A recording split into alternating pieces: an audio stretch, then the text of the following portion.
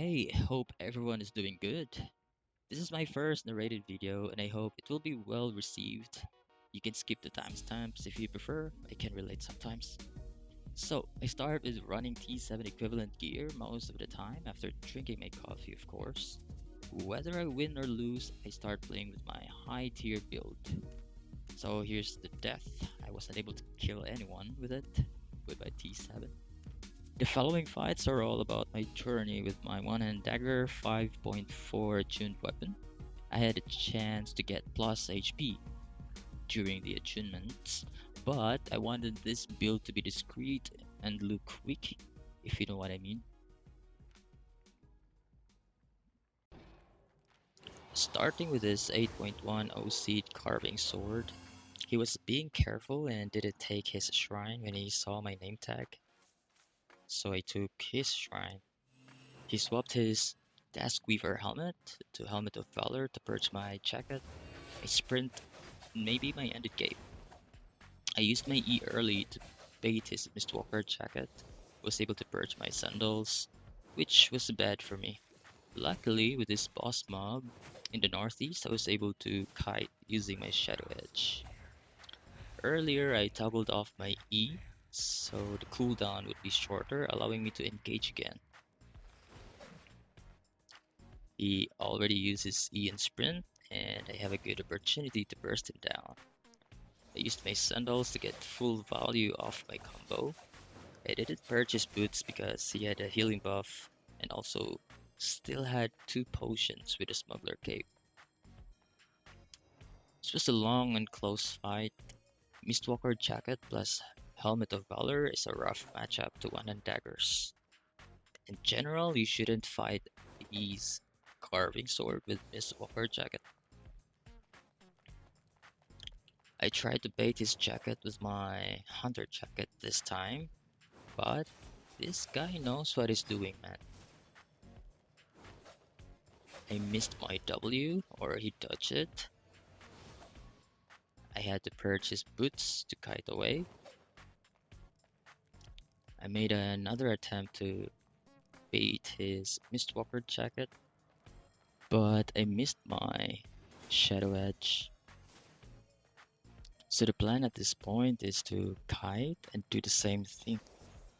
But this time I want to bait his Mistwalker jacket close to the boss mob, so I circled back to that room.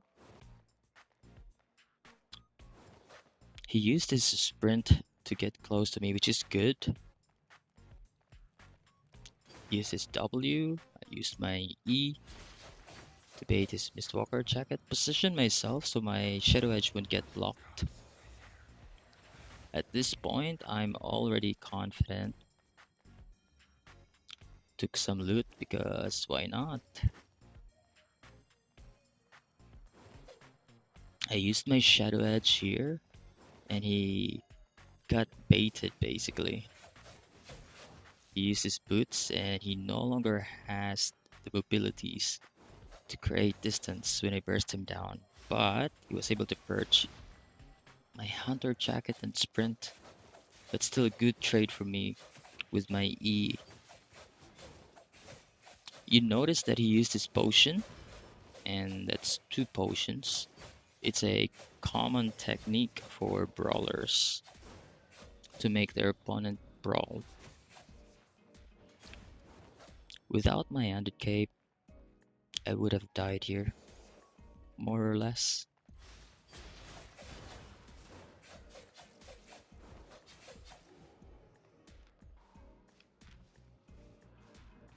For this next fight, I'm up against a 5.4 attuned Bloodletter.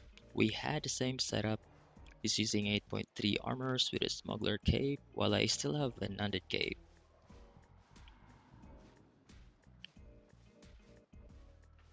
You can see his movement and how he dodged my Shadow Edge with his Q, which shows how skilled this player is. For this first trade, you win trades with your one-hand dagger E, even if it's using his stalker jacket. But this guy knows that. You see, he kite away with his execute, and I had to reset the fight. Second trade, I failed to purge his stalker jacket. And my mistake here was engaging with my Shadow Edge. I should have only used Shadow Edge after he used his E. His plan was to win trades and kite away when I used my skills, which generally gives him a good advantage. When fighting Bloodletters, you have to be patient. His attunements gives him HP, defense, and IP. He can always win if we just brawl to death here. I have to take advantage of my cooldown reduction and hopefully bait his smuggler cape. For this trade, I was able to purge his stalker jacket, close the gap with my sprint, used my jacket. Overall, it was a good trade for me and I managed to make him use his potion. At this point, he has to commit to the fight because if I reset, I gain a huge advantage. He won't have his double potions with a smuggler cape. In this trade, he's trying to drop my HP close to 10% to execute me without proccing my ended cape, but my lifesteal and defense attunement saved me here. He used his second potion and executed me at 40% HP. I genuinely thought I was going to lose this fight. He had just used his potion and no longer had my cape.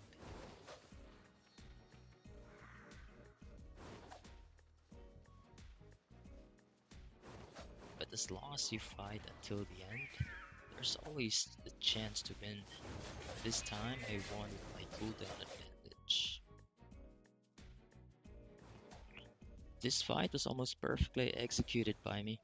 He's using a 4.4 attuned Flamewalker, 6.3 Scold Strobe, Guardian Helmet, leather boots for cooldown sprint, mist collar for cooldown reduction, and a smuggler cape for double potion.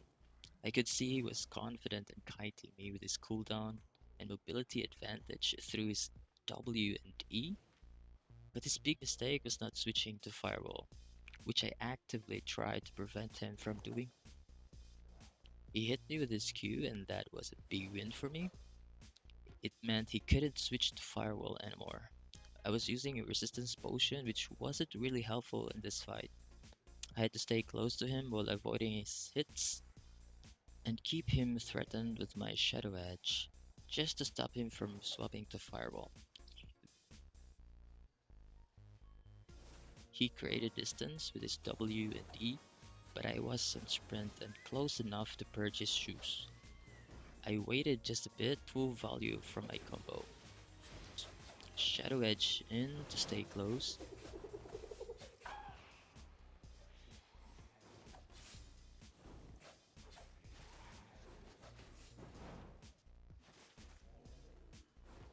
Landed another perfect Shadow Edge, and at that point, the fight was already decided. These three fights are the actual order of my encounters with this dagger. I did have one fight against a tier 8 light color with overcharge, but unfortunately, I wasn't able to record it. I'll give an update soon, either with a new guide featuring more kills or announcing the death of this build. Hopefully, I'll come back with a former.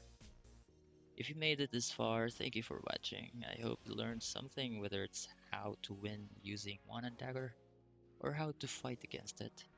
If you enjoyed the video, please like and subscribe. See you in the mists.